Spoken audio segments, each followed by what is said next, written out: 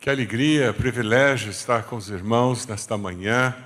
Obrigado, pastor Marcos, pastor Naum, pelo convite. Sempre é bom vir para essa parte bonita do Brasil. É gostoso estar nessa cidade cheia de vento, né? Que coisa boa. Quando vocês quiserem frio, é só chegar em Curitiba. Frio e chuva, nós somos especialistas. Então, são bem-vindos lá na nossa terra. Quando passarem por lá, venham nos visitar ali na IBB, na Igreja Batista Bacaxeria. Vai ser uma alegria revê-los e reencontrá-los ali. Hoje é Dia dos Pais. Se você ainda não mandou uma mensagem para o seu pai, por favor, pegue seu celular e mesmo durante o culto mande uma mensagem. Faz favor. E durante o dia, telefone, passe na casa dele, expresse carinho ao seu pai. Você sabia como que surgiu o Dia dos Pais? Você sabe? Pergunta a pessoa do lado se ela sabe. Como é que surgiu essa história de Dia dos Pais? Pergunte à pessoa que está ao seu lado. Você faz ideia de como surgiu essa história? Sabia que há 4.000 anos atrás, lá na Babilônia, já celebraram o Dia dos Pais? 4.000 anos atrás. Existem resquícios arqueológicos que registram isso. Mas nos Estados Unidos, foi em 1909 que uma mulher quis homenagear o seu pai. E no dia do aniversário dele, ela comemorou o Dia dos Pais. Ela havia perdido a sua mãe e o pai havia criado 6 filhos.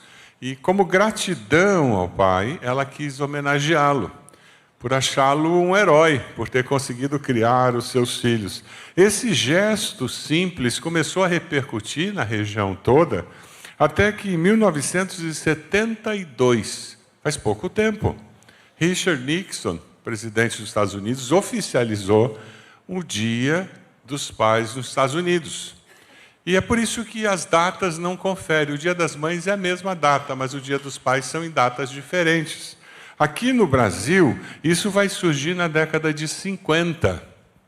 O editor do Globo e também da Rádio Globo, o nome dele era Silvio Bering, ele preparou uma homenagem aos pais. Tinha Dia das Mães, mas não tinha nada para os pais.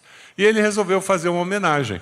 E na rádio e no jornal ele lançou um desafio para que se apresentasse o pai que tivesse mais filhos, o pai mais jovem e o pai mais idoso. E surgiram. O pai que tinha mais filhos era o pai com 31 filhos. Aí tá bom, né? 31 filhos. Coitada da mãe.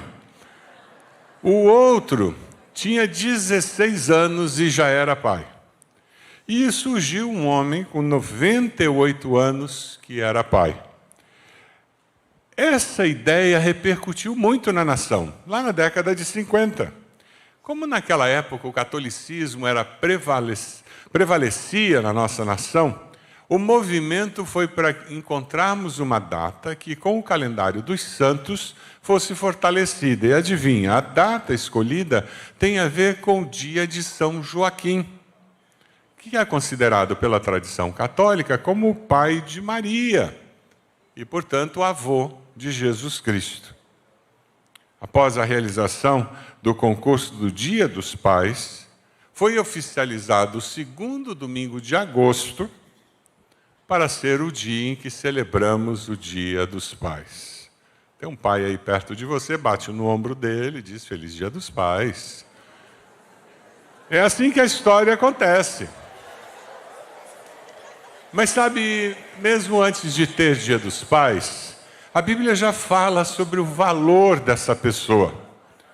Um comentarista faz uma citação que eu compartilho com vocês, e ele diz: o papel do homem em sua família é tão importante que Deus o honrou, conferindo-lhe seu próprio título, pai.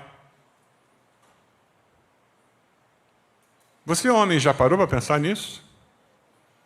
O Pai nosso, que está nos céus, Ele permite que você e eu recebamos o título que é dele. Que responsabilidade. Nós sempre pensamos na mulher e nos lembramos de Provérbios, né? Provérbios 30, que é a mulher o quê?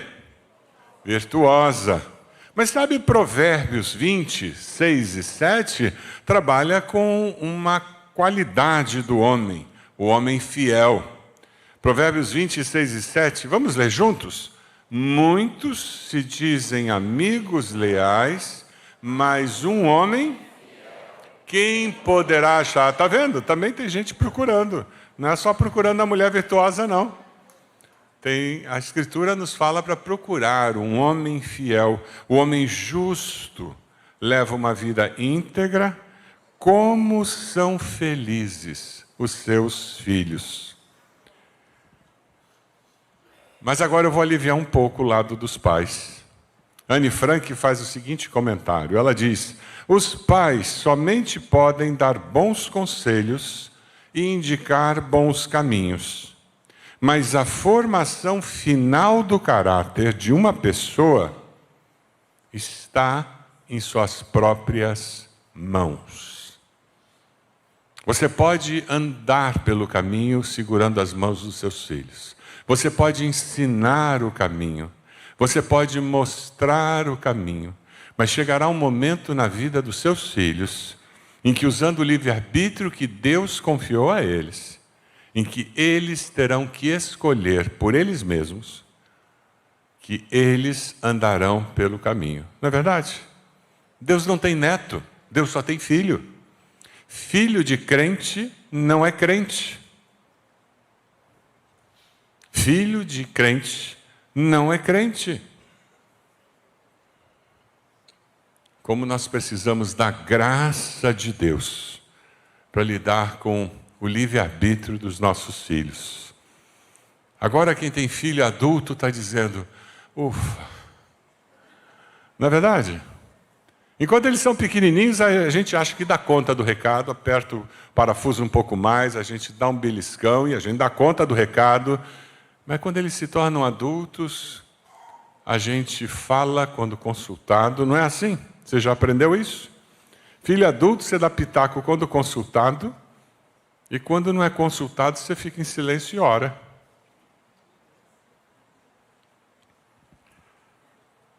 Nós precisamos de pais discipuladores por causa disso, porque são poucos os anos que nós os temos dentro de casa, sob a nossa guarda, sob a nossa liderança. E naquele período nós precisamos colocar o máximo possível do Evangelho dentro deles, no coração deles. Precisamos ajudá-los a experimentar a verdade do Evangelho, o poder do Evangelho de fato, para que quando eles se tornem adultos, eles digam: o Deus dos meus pais é o meu Deus. O Deus que os meus pais amam e servem é o Deus que eu amo e sirvo. Amém? Não é esse o anseio de todos nós? É por isso que todos nós precisamos de um pai discipulador. Quem sabe você cresceu numa família em que seu pai não foi discipulador. Meu desafio para você é que você quebre esse ciclo na sua família. E que a sua história seja diferente. Eu cresci num lar em que meu pai não conhecia Jesus. Ele não me discipulou. E eu tive que quebrar esse ciclo. Eu tive que tomar decisões para mudar essa história na família que eu construí com a minha esposa. E Deus é gracioso, misericordioso. E o sonho do coração dele é que você e eu sejamos pais segundo o seu coração. E que nós sejamos pais que discipulam. Se você está aqui dizendo: eu não tenho filho, acho que eu vou embora desse culto, por favor, não faça isso. Se você é solteiro, você é um pai em potencial. Se você não tem filhos ainda, você pode vir a ter. Pastor, mas eu sou mulher. Tudo que eu falar aqui, aplique para o seu coração. Deixe o Espírito Santo aplicar. Porque os princípios bíblicos são genéricos. Eles servem para todos nós, não é verdade? Mas todos nós, toda a família, precisa de um pai discipulador que interceda pelos seus filhos. Você pode abrir sua Bíblia lá em Marcos capítulo 5. Marcos capítulo 5. Conecte-se aí no seu celular. E nós vamos caminhar por esse texto. Então chegou ali um dos dirigentes da sinagoga chamado Jairo. É uma história bem conhecida. Jairo, ele era dirigente da sinagoga. Quando ele vai procurar Jesus, ele corre um risco profissional e social. Ele poderia enfrentar a rejeição dos seus amigos, daqueles que o conheciam, porque Jesus não era tão bem visto assim, tão aceito. E ao mesmo tempo, Jairo, ele corria um risco profissional, porque ele tinha responsabilidades na sinagoga. E é nesse ambiente que ele decide que ele vai procurar Jesus. E ele vai até ali e fala com Jesus. Ele teve que deixar de lado e correr riscos. Viver é arriscado. Não tem como eu existir, eu viver a vida adulta sem correr riscos. Claro que nós temos que evitar o risco desnecessário, mas existem momentos da vida em que nós estaremos enfrentando situações de risco, e ele corre esse risco. E por causa da filha que estava enferma, ele corre esse risco e ele vai até Jesus. Quem sabe você precisa correr algum risco para ir na direção de um filho, uma filha que está afastado do Evangelho, ou tomando decisões equivocadas na vida, e você precisa ajudar esse filho, essa filha, adolescente, para impedir que algo pior venha a acontecer. O texto no versículo 22 diz que vendo Jesus a Jairo, prostrou-se aos seus pés e lhe implorou insistentemente: minha filhinha está morrendo, vem por favor e impõe as mãos sobre ela para que ela seja curada e viva. É interessante que os valores de um pai discipulador é que ele é objetivo com relação aos pedidos. Ele pede com insistência e com objetividade. Quando você ora pelos seus filhos, você diz só que Deus abençoe. Qual é a área específica do seu filho que precisa de uma intervenção divina? Você conhece seu filho, sua filha, o suficiente para poder identificar as áreas de necessidade? Gaste tempo com seus filhos e interceda por eles objetivamente. Essa era uma característica de Jairo. Ele não estava alheio à enfermidade da filha. Ele sabia que Jesus estava curando e ele disse: a necessidade da minha filha é muito clara. E ele vem a Jesus com fé, confiando que Jesus tinha poder. Ele intercede porque ele entendia que ele tinha liderança espiritual na sua casa. Homem, você exerce liderança espiritual na sua casa ou você terceiriza com a sua esposa? É ela quem chama para orar, é ela quem chama para vir à igreja, é ela quem chama para ler a Bíblia, é ela quem fala de Deus com os filhos, ou você entende que Deus o colocou no seu lar com esse propósito de influenciar os seus filhos? A chamada de hoje, vendo a posição de Jairo, é um desafio para cada um de nós, homens. Como eu posso ser uma influência positiva no meu lar, para que os meus filhos me vejam como um homem fiel? Eles não precisem procurar nas esquinas, não precisem procurar nas escolas, nos pais dos amigos, para encontrar um homem fiel, íntegro, porque em casa eles sabem que tem um homem fiel e íntegro. É interessante que o versículo 24 mostra uma realidade incrível. Jesus foi com ele. Jesus nunca está tão ocupado ou pressionado que não tenha tempo para você. Aleluia! Você pode dar um alerta para a pessoa do lado? Fica tranquilo. Jesus tem tempo para você. Sempre. Sempre, em todo o tempo, o coração de Jesus é compassivo. Ele sempre, cheio de compaixão, ele ouve. Aquele que busca, aquele que procura. A palavra é muito clara. Busque a Deus e você vai encontrar. Jesus está sempre disponível. O mundo está cheio de dores, de angústias. A vida é complexa, não é simples. Não tenha medo de levar as complexidades, as discrepâncias, as angústias, as lutas da vida aos pés de Cristo. E prepare-se para ouvir dele: eu sei, meu filho. Eu sei, minha filha. Eu percebi que seu fardo está pesado. Vem cá. E ele nos acolhe. E quando você lança toda a tua ansiedade sobre o Senhor, você descobre que Ele faz o quê? Ele cuida. Que Ele faz o quê? Cuida. Cuida de nós. Cuida de mim, cuida de você. Esse é o Deus que nós servimos. Quando Jairo procura Jesus, é isso que ele encontra. Sabe, nós precisamos de pais que intercedem, porque eles confiam nesse Deus. Eles conhecem esse Deus. Ele intercede e persevera. Sabe por quê? Porque a vida não é simples.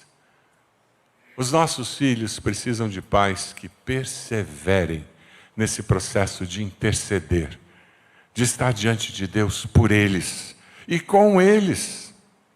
Você lembra da história? Jesus está indo, Jairo com o coração cheio de esperança, diz: agora vai, minha menina vai ser curada, a minha filha vai ser curada, com Jesus agora vai. E de repente Jesus para. Ele se volta e diz: quem me tocou?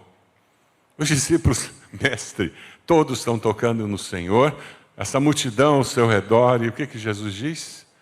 Alguém me tocou porque de mim saiu o poder. E está Jairo parado ali dizendo: Senhor, vamos embora, Senhor, vamos embora. Depois o Senhor volta aqui, Senhor, vamos embora, minha filha está esperando lá. E Jesus: quem me tocou? E a Escritura diz que aquela mulher veio, se ajoelha e diz: mestre, fui eu. E ela conta a história dela, 12 anos com uma hemorragia. Ela não tinha mais marido, ela não tinha mais dinheiro, ela não tinha mais esperança. Mas ela buscou quem podia resgatá-la. E ela sai daquele encontro com Jesus não apenas curada fisicamente, mas curada de alma. E está Jairo parado dizendo: Senhor, a minha senha era antes da dela, Senhor. Como é que o Senhor para aqui?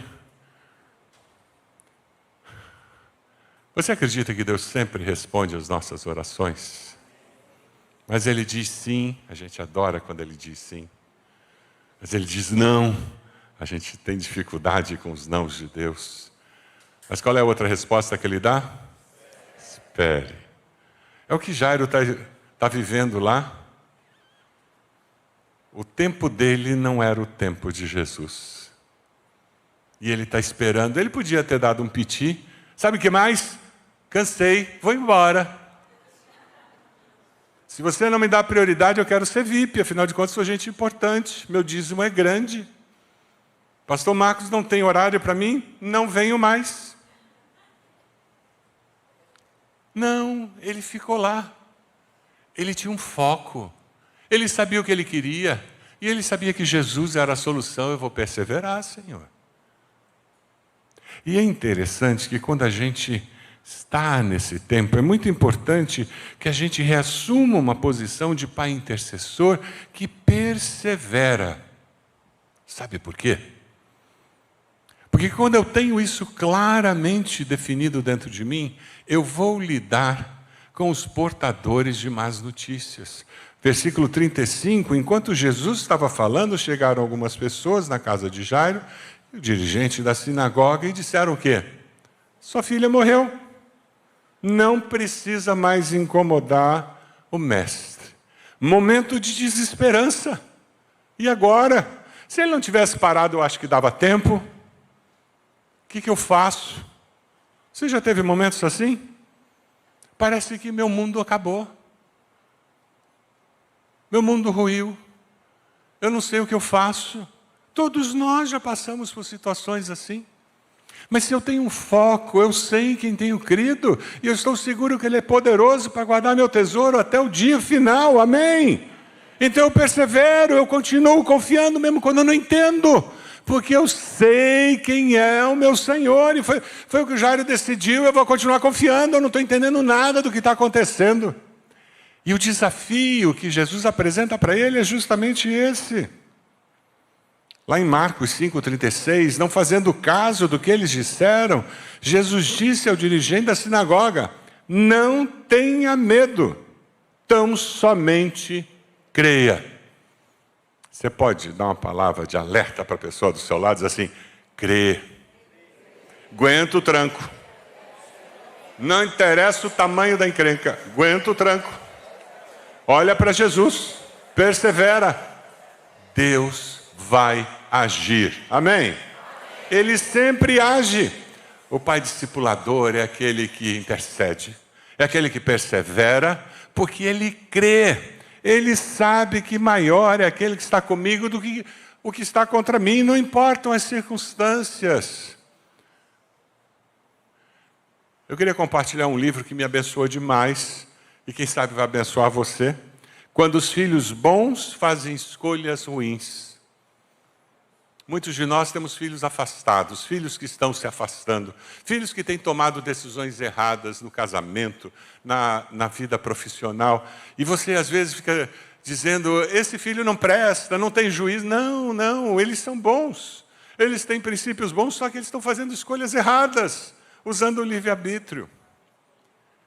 Nós precisamos enxergar o que Deus tem colocado e já tem feito de bom na vida dos nossos filhos, para que possamos ajudá-los a sair do buraco das escolhas ruins.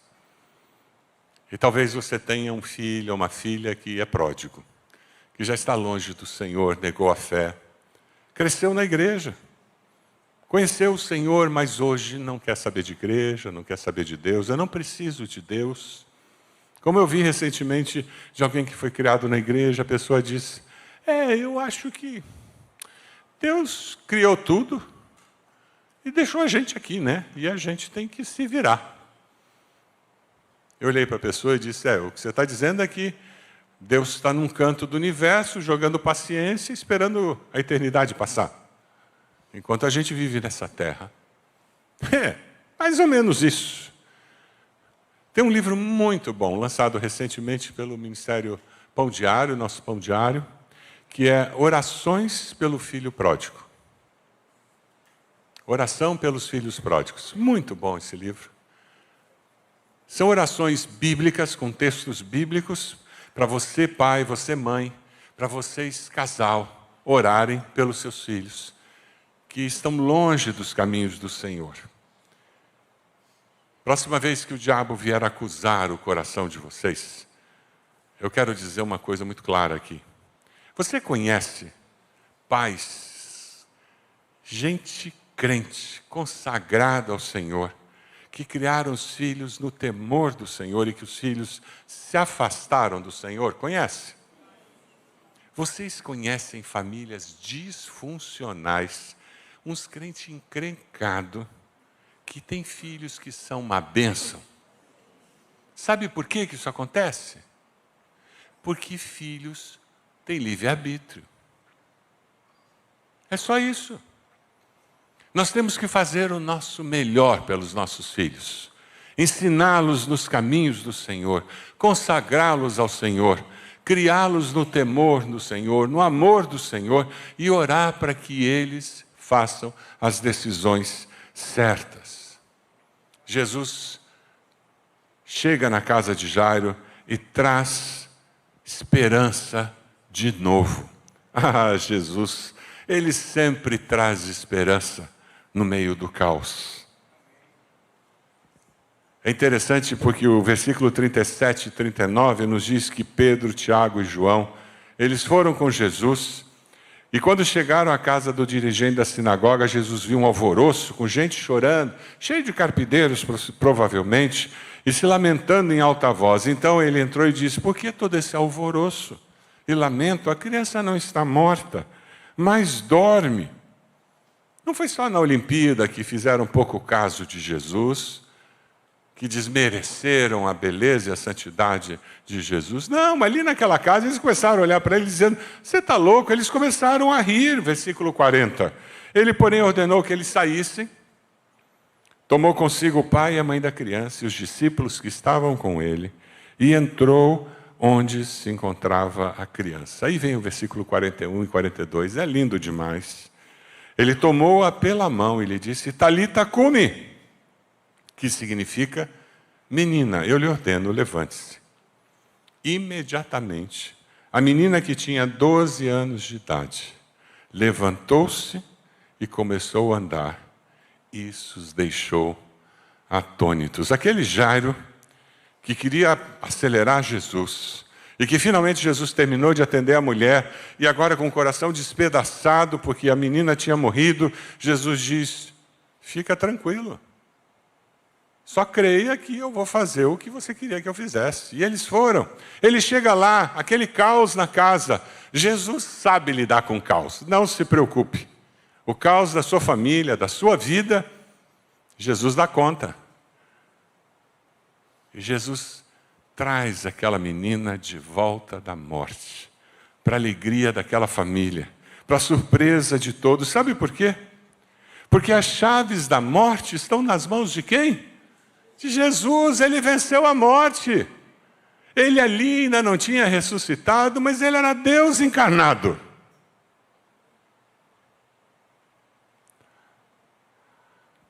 Isaías já dizia, destruirá a morte para sempre, o soberano, o Senhor, enxugará as lágrimas de todo o rosto. O comentarista William Barclay faz um comentário que eu compartilho com os irmãos. O pior desastre humano pode ser enfrentado com coragem, quando o enfrentamos com Deus, porque o completamente impossível para os homens é possível para Deus. Aleluia! Para Deus, nada é impossível. Você crê nisso? Nós somos lembrados aqui que Jesus venceu a morte da filha de Jairo. E um dia ele venceu a sua própria morte, para nos dar a certeza de que todos nós em Cristo venceremos a morte. Aleluia! Tessalonicenses, a palavra nos diz, porque haverá o grito de comando, a voz do arcanjo e o som da trombeta de Deus, e então o próprio Senhor descerá do céu. Aqueles que morreram crendo em Cristo ressuscitarão primeiro. Então nós, os que estivermos vivos, seremos levados nas nuvens junto com eles para nos encontrarmos com o Senhor no ar. E assim ficaremos para sempre com o Senhor. Portanto, animem uns aos outros com essas palavras. Aleluia. O poder da ressurreição está aqui. O Espírito Santo do Senhor está aqui para nos dar vitória. Para que eu e você sejamos os pais que Deus planejou que nós seríamos. Para que você seja a mãe que Deus planejou que você seria. Para que você seja o discípulo, a discípula que Deus planejou que você seria. Eu li uma historinha muito interessante de um advogado muito conhecido na cidade, um homem super ocupado. E ele quase não estava em casa à noite, porque sempre tinha reuniões na igreja, na cidade, em conselhos. E uma noite ele lendo a historinha para colocar a filha para dormir. E enquanto ele lia, aquela filhinha de 4 anos, de repente, no meio da história, ela para e diz, papai, amanhã à noite, onde o senhor vai estar? E ele tira o celular do bolso, olha a sua agenda e diz, veja só, amanhã à noite eu vou estar aqui contando a historinha para você dormir. A menina começou a pular na cama, batendo palmas, dizendo, imagina, 2 dias seguidos você me contando história. 2 dias seguidos você me contando história. E aquele advogado, pregando no Dia dos Pais, ele disse, a minha filha tem tudo.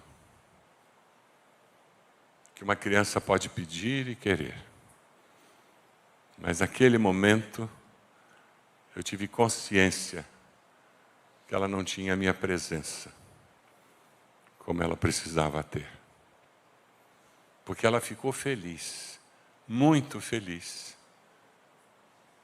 porque ela ter 2 noites seguidas comigo contando história. Não basta darmos presentes e coisas para os nossos filhos quando não damos presença para os nossos filhos. Você pode abaixar sua cabeça? Um momento de encontro e reencontro com o Senhor. Eu queria desafiar você, primeiramente, pai, para que seja um tempo seu com o Senhor, dizendo: Deus, eu quero ser um pai melhor.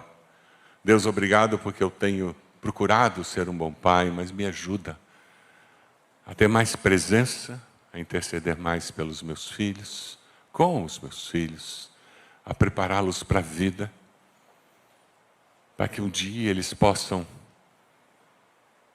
fazer a transição do Deus do pai deles, para que esse Deus seja o seu Deus.